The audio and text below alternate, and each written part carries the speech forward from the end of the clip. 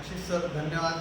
Actually आज जेव्हा session सुरू होण्यापूर्वी मी काल वाचलं होतं की आपला जो आहे तो भावनिक बुद्धिमत्ता हा विषय आहे.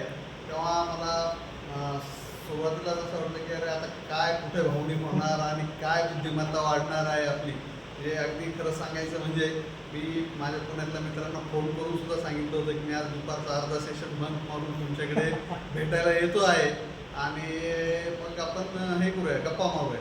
पण जसं जसं हा सेशन सुरू झाला आणि आपण ज्या पद्धतीने एक एक याचे पदर उलगडायला सुरुवात झाली आणि ह्या रिस्पॉन्स आणि रिॲक्शन यामध्ये आपण कसे वागत आहोत हे जसं कळत गेलं आणि आपलं कुठं चुकत गेलं, कसं आपण त्या परिस्थिती हँडल करायला पाहिजे. किंवा म्हणजे हा जर आज माझ्या 15-16 वर्षाच्या ॲडमिनिस्ट्रेटिव्ह करिअरमध्ये हे जर मला हे सुरुवातीला कळलं असतं तर आपल्याकडून ज्या चुका झाल्या आहेत कळत न कळत त्या आपण कशा प्रकारे टाळू शकलो असतो. आणि अनावश्यक प्रतिक्रियांच्या हे गेल्यामुळे जे आपल्या सबऑर्डिनेट स्टाफशी आणि वरच्या अधिकाऱ्यांशी जे आपले संबंध खराब होत आहेत किंवा विनाकारण गैरसमज होत आहेत हेही टाळता गेलं असतं.